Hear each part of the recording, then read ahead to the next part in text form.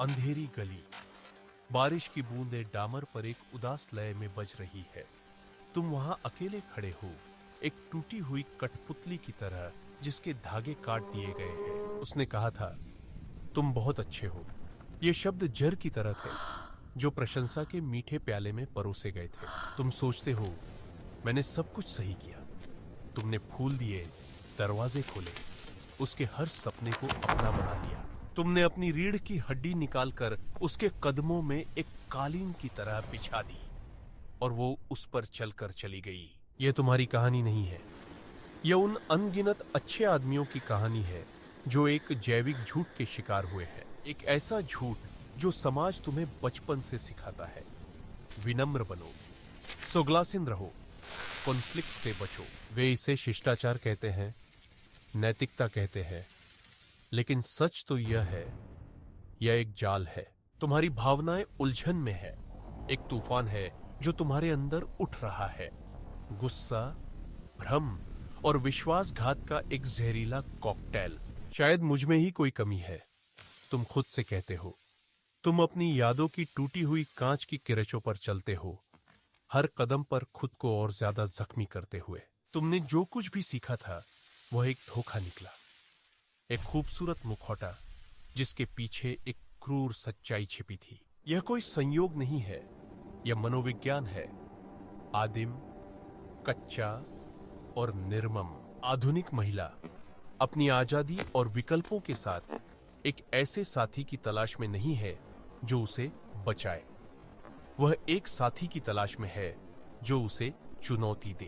तुम्हारा अच्छापन, तुम्हारी लगातार उपलब्धता, तुम्हारी हर बात पर सहमत, यह सुरक्षा का संकेत नहीं देता, यह कमजोरी का संकेत देता है। जैविक स्तर पर आकर्षण भविष्यवाणी पर नहीं बल्कि रहस्य पर पनपता है। सुरक्षा पर नहीं बल्कि ताकत पर। एक अच्छा आदमी एक खुली किताब है, कोई चुनौती नहीं, कोई रहस्य नहीं। उसका अगला कदम हमेशा अनुमानित होता है। वह तुम्हें एक सुरक्षित विकल्प के रूप में देखती है, एक बैकअप प्लान। वह आदमी जिसे तब फोन किया जाता है जब रोमांच खत्म हो जाता है। यह क्रूर लगता है, यह अन्यायपूर्ण लगता है, लेकिन प्रकृति निष्पक्ष नहीं है। वह केवल उत्तरजीविता के नियमों का पालन करती है और आकर्षण के खेल में ताकत ही जीवित रहती है। रोहन की कहानी पर विचार करो। रोहन एक आदर्श अच्छा आदमी था। उसकी प्रेमिका प्रिया जो कुछ भी कहती, रोहन सहमत हो जाता।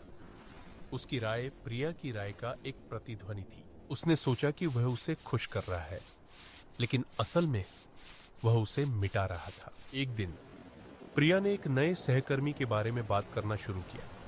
एक कलाकार, थोड़ा असभ्य, थोड़ा अप्रत्याशित। रोहन ने असुरक्षित महसूस किया, इसलिए वह और भी अच्छा बन गया।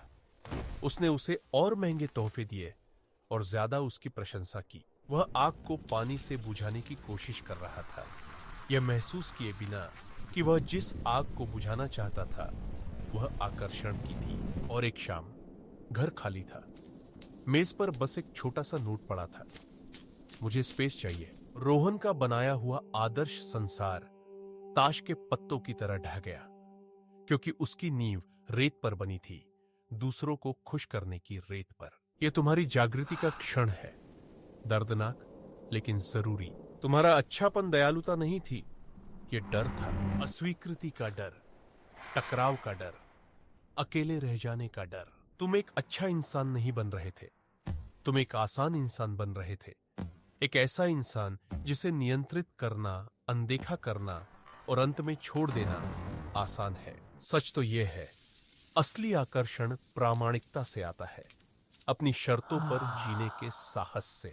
यह ना कहने की ताकत है, अपनी सीमाओं को परिभाषित करने की ताकत है। यह एक बुरे आदमी बनने के बारे में नहीं है, यह एक संपूर्ण आदमी बनने के बारे में है। एक ऐसा आदमी जो दयालु हो सकता है लेकिन कमजोर नहीं, जो दे सकता है लेकिन अपनी आत्मा का सौदा नहीं करता। एक ऐसा आदमी जिसका आत्मसम्मान बाहरी सत्यापन पर निर्भर नहीं करता है, उसका मूल्य उसके भीतर से आता है। यह रास्ता आसान नहीं है, तुम्हें समाज की सिखाई हुई हर बात को भुलाना होगा, तुम्हें उस डर का सामना करना होगा जिसे तुम छिपाते रहे हो। लेकिन दूसरी तरफ स्वतंत्रता है, असली आत्ममूल्य है और एक ऐसा आकर्षण जो बनाया नहीं जाता, जो कमाया जाता है, जो प्रामाणिक होता है। तो खुद से पूछो, क्या तुम एक अच्छा आदमी बने रहना चाहते हो जो समाज के बनाए नियमों के खेल में हमेशा हारता है, या क्या तुम उस आदमी बनने का जोखिम उठाने को तैयार हो जिसे तुम हमेशा से बनना चाहते थे? संपूर्ण, स्वतंत्र और अंततः जिसे सच में चाहा जाए।